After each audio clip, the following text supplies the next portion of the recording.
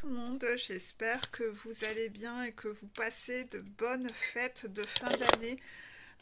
Peut-être même que cette vidéo paraîtra quand les fêtes seront finies, je ne sais pas du tout.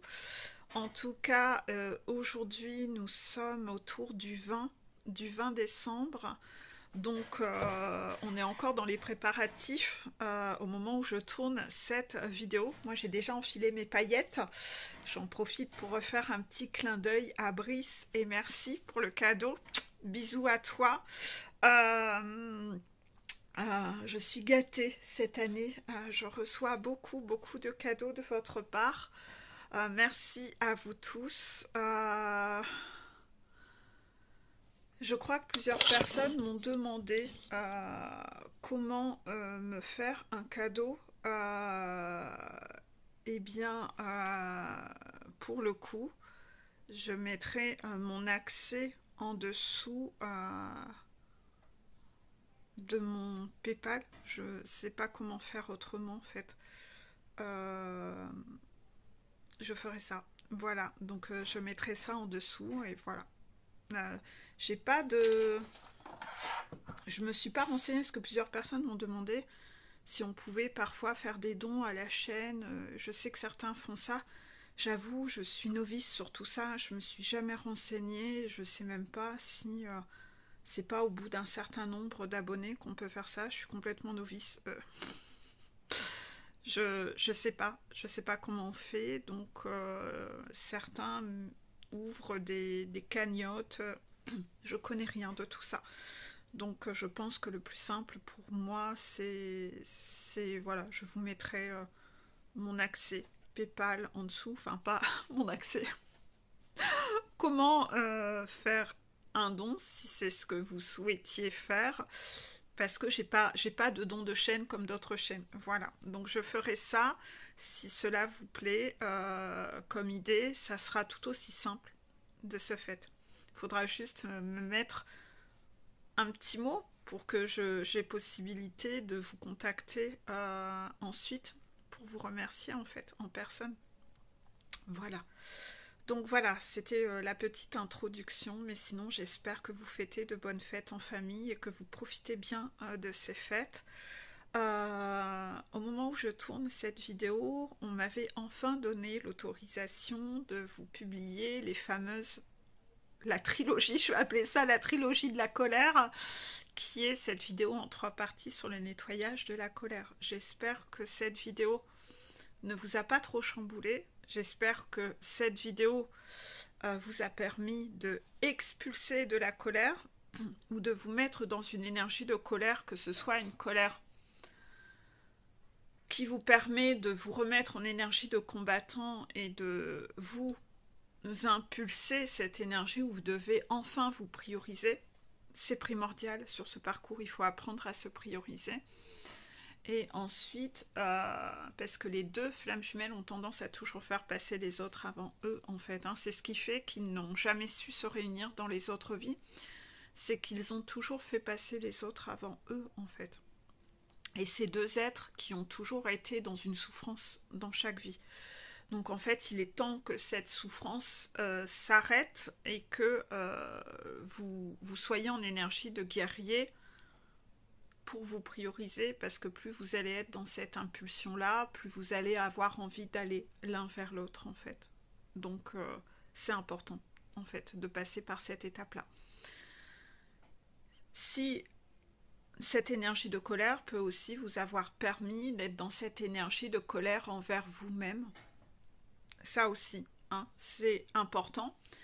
Parce que être en colère contre soi-même, de ne pas avoir compris, être en colère contre soi-même, de ne pas avoir vu clair, être en colère contre soi-même, d'être resté dans le déni pendant bien trop longtemps, être en colère contre soi-même, de s'être autant sacrifié pour des gens qui, eux, n'auraient pas bougé pour vous, être en colère contre le fait que ouais, vous avez fait toujours passer les autres avant votre bonheur. À un moment, vous allez devoir passer par cette colère envers vous-même, que vous soyez chaser ou runner. Cette colère va vous faire sortir du déni et là aussi, va vous pousser à l'étape culpabilité. Je culpabilise, mais mon Dieu, mais j'ai rien compris, mais mon Dieu, mais pourquoi j'ai fait ces choix-là, mais pourquoi j'ai fait ça, pourquoi? Et en fait, ce pourquoi et cette énergie de culpabilité va vous faire switcher vers l'énergie de remise en question et de changement, en fait. Hein. Ceux qui me suivent sur Facebook, vous savez que je vous ai fait un article sur les phases du deuil. C'est ça. Hein. Dans les phases du deuil, il y a la phase de colère qui doit passer avant le renouveau. C'est normal, ça fait partie du processus. Hein. Il faut arrêter de diaboliser la colère. Hein, vous voyez, contraction. Hein. La colère fait partie des émotions, comme les larmes. Sinon, vous allez toujours vous laisser marcher sur les pieds. Il n'y aura pas de protection. Vous ne saurez pas vous protéger. Je le répète, l'énergie de colère est une énergie, une émotion de protection.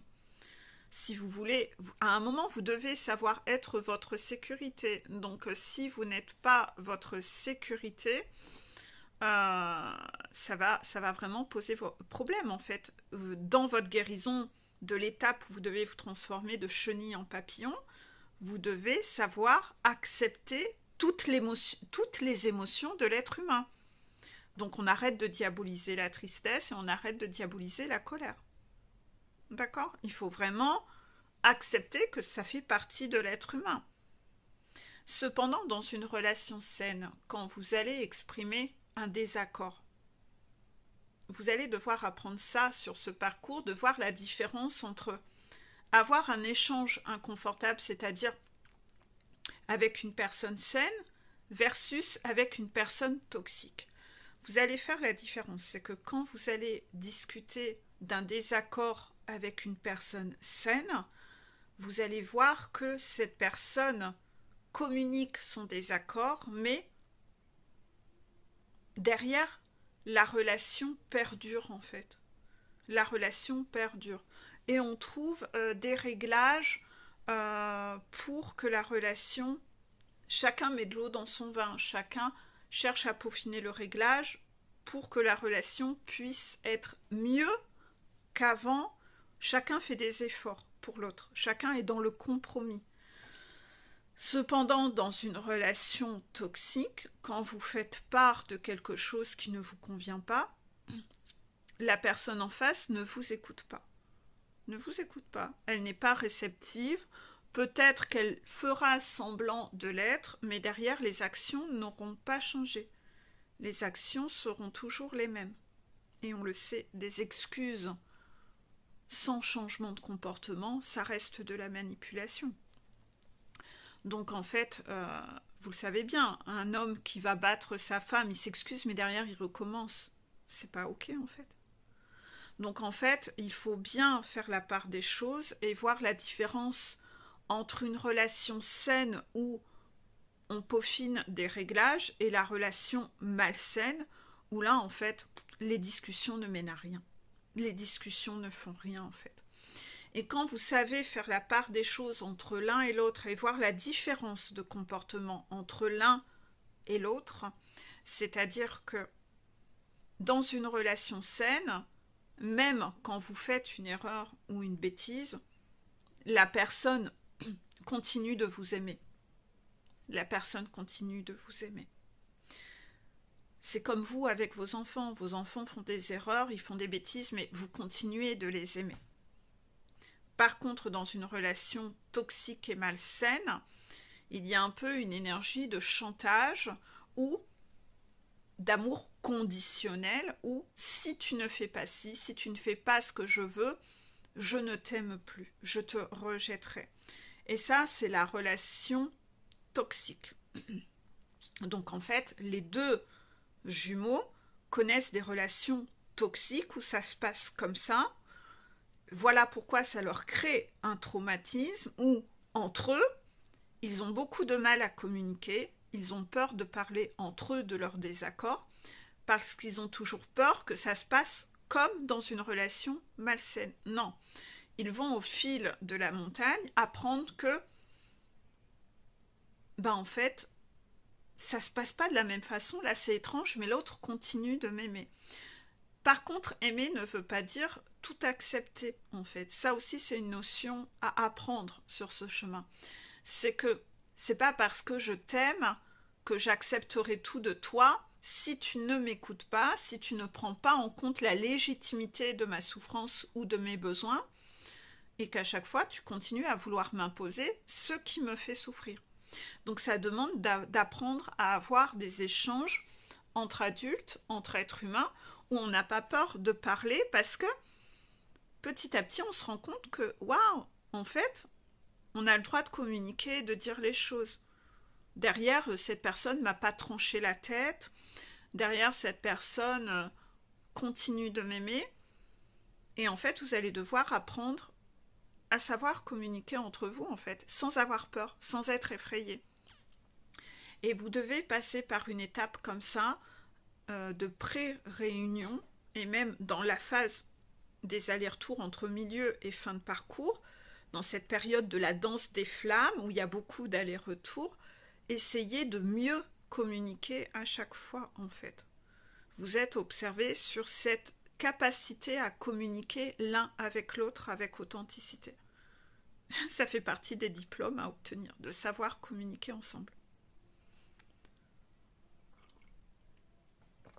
Donc voilà, vous allez devoir apprendre à voir que c'est différent que dans une autre relation. C'est là où vous allez pouvoir réinstaurer un climat de confiance. De voir, waouh, c'est différent en fait. Oui, c'est ça.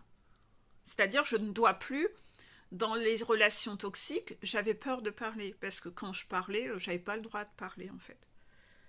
C'était pire après. Les conséquences étaient pires. Alors que là, dans une relation saine, je peux parler. Après, c'est mieux. C'est toute la différence en fait. Et ça, malheureusement, vous allez devoir le découvrir et le voir de vos propres yeux. Et donc, ces échanges vont devoir avoir lieu sur votre chemin pour le voir de vos propres yeux, la différence en fait. Que c'est vraiment, ça n'a rien à voir en fait. Ça n'a rien à voir. Donc en fait, que vous n'avez pas à avoir peur de parler, de communiquer. À un moment, vous allez vous rendre compte que plus vous communiquez avec authenticité l'un avec l'autre, au plus vous êtes gagnant en fait. Parce que l'autre en prend compte. L'autre en tient compte. Voilà. Et donc en fait, c'est là où il y a tous ces réglages qui se font, qui sont possibles pour la pré-réunion. C'est la pré-réunion en fait. Voilà. Une meilleure communication, où on apprend à communiquer. On apprend nos réglages. On se règle l'un avec l'autre. On s'apprivoise. On s'apprivoise. Il faut déjà avoir guéri beaucoup de blessures avant ça, hein, parce que pour être sorti de la paranoïa, pour être sorti du fait où je me sens attaquée tout le temps, comme je me sens attaquée dans la paranoïa, je vais tout faire pour te faire taire parce que ça me fait trop mal, donc je préfère que tu te taises, donc je vais passer par des moyens et de leviers de manipulation pour que tu te taises, en fait. Donc voilà, ça c'est une étape importante de communication qui sera importante à savoir avoir dans le parcours. Mais vous ne pouvez pas l'avoir trop tôt, cette étape. Parce que si vous essayez de l'avoir trop tôt, alors que vous n'avez pas guéri les choses et que l'autre n'est pas assez avancé, vous allez repartir dans du sacrifice. C'est pas possible. Il y en a un des deux qui n'est pas assez guéri et qui n'est pas prêt à être à cette étape-là. Donc en fait, ne cherchez pas à être déjà dans cette étape-là avant l'heure. Bien sûr, il faut être dans une démarche de vouloir communiquer. Si vous voyez que l'autre continue et ne change pas, ne restez pas dans le sacrifice. C'est que c'est pas le moment en fait. C'est que la personne n'est pas prête. Vous devez toujours essayer parfois de vous extraire de l'idée que vous êtes dans un parcours flamme jumelle. Le runner sait très bien le faire ça, parce que le runner rejette le parcours flamme jumelle. Il n'aime pas l'idée d'être en flamme jumelle. Il n'aime pas ça parce qu'il se sent comme mis en cage. Il a l'impression qu'on le force à vivre quelque chose que lui n'a pas envie de vivre. C'est comme ça qu'il réagit. Parce que lui, sa vie lui convient. Et ce parcours flamme jumelle, pour lui, c'est une contrainte. Il n'a pas envie de ça. Il n'a pas envie d'entendre qu'on le forcerait à vivre ça. Parce qu'il n'a pas assez nettoyé son ego, il n'est pas encore sorti de son déni, et qu'il continue de croire que sa vie lui convient. Non. Il n'est pas encore assez avancé, il est encore dans ses blessures. Rapidement, il va se rendre compte que sa vie ne lui convient pas, qu'il essayait de s'en persuader, et que, en fait, il l'aime réellement, sa chaser. Et donc très rapidement, il va comprendre que s'il aime sa chaser, on le force juste à vivre son bonheur.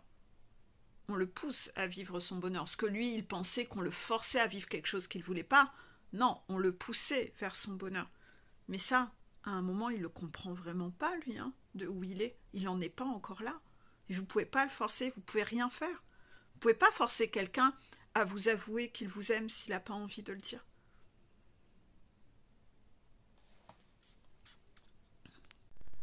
Donc là, ça veut dire tout simplement que vous n'en êtes pas encore là dans le parcours. Donc vous devez vous recentrer sur vous et vous détacher du fait que vous êtes sur un parcours flamme jumelle. Qu'est-ce que vous feriez si la personne en face n'était pas votre runner? Si vous ne saviez pas que vous étiez en parcours flamme jumelle, vous lâcheriez l'affaire. Dans ces cas-là et dans ces moments-là, lâchez l'affaire en fait. Centrez-vous sur vous, donnez-vous priorité.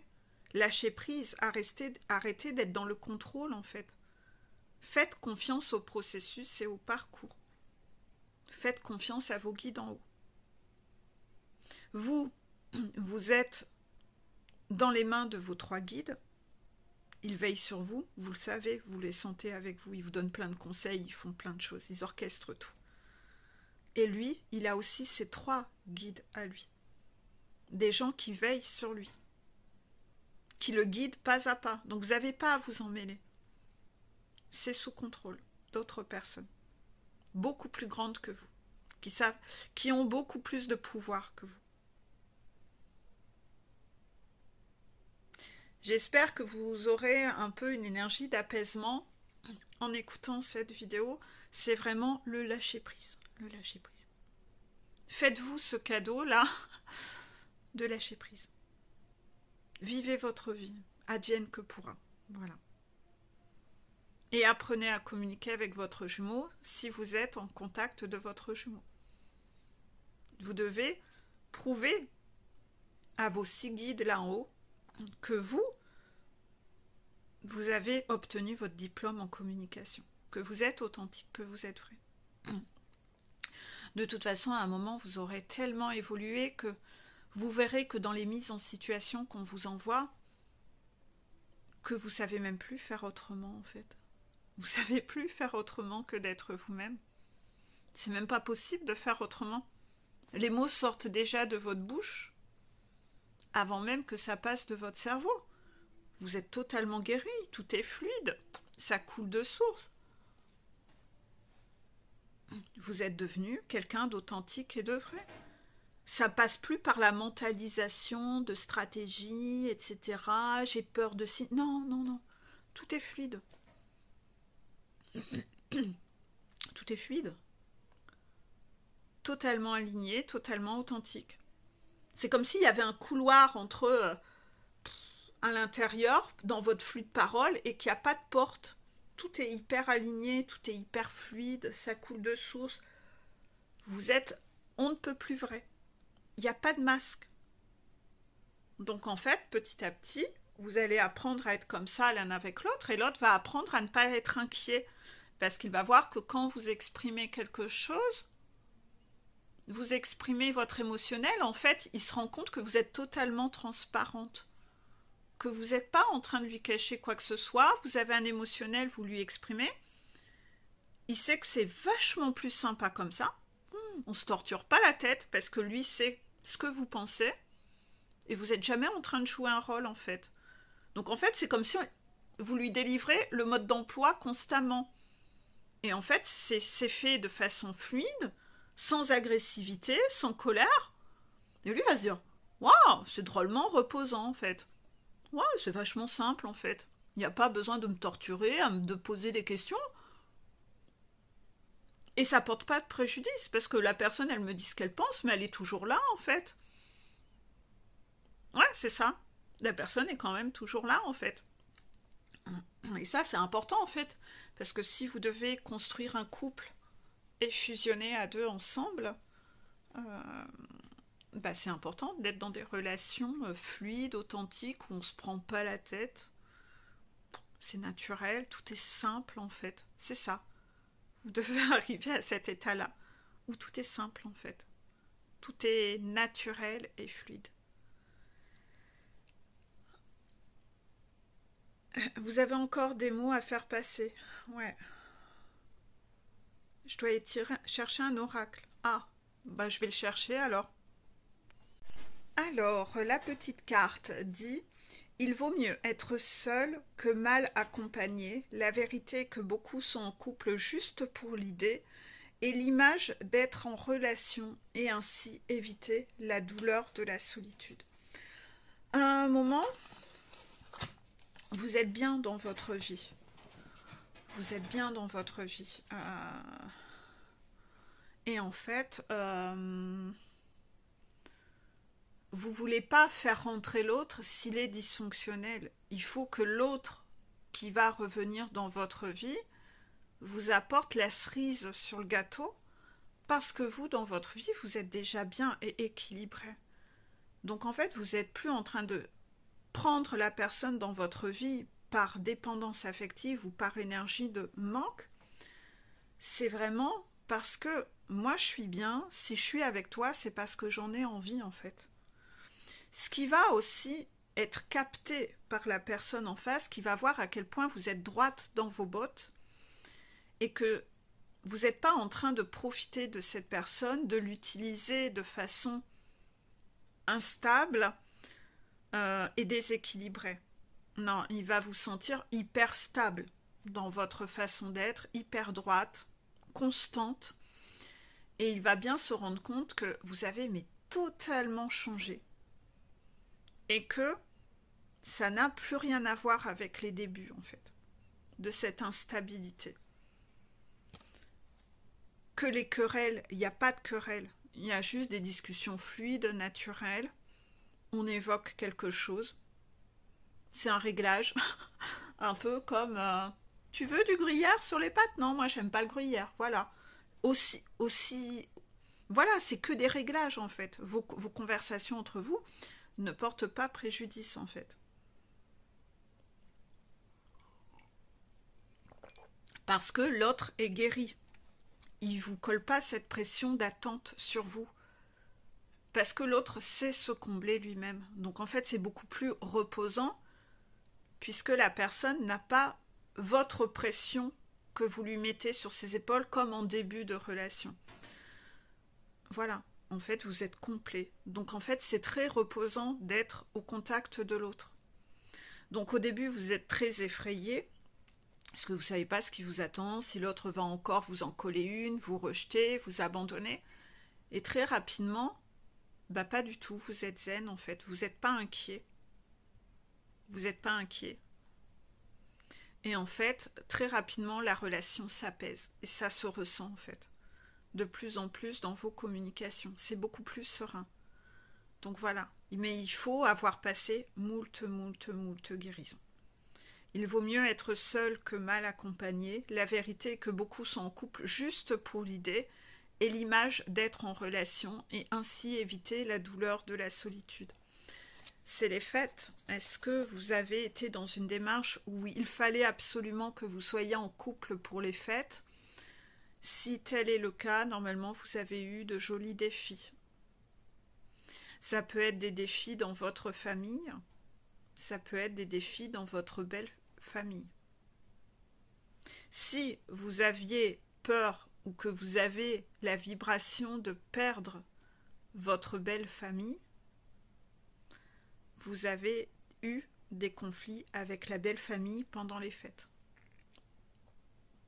Ça vient taper là où ça fait mal. Si vous avez peur de vous imposer avec vos parents, vous avez dû avoir des conflits avec vos parents pendant les fêtes.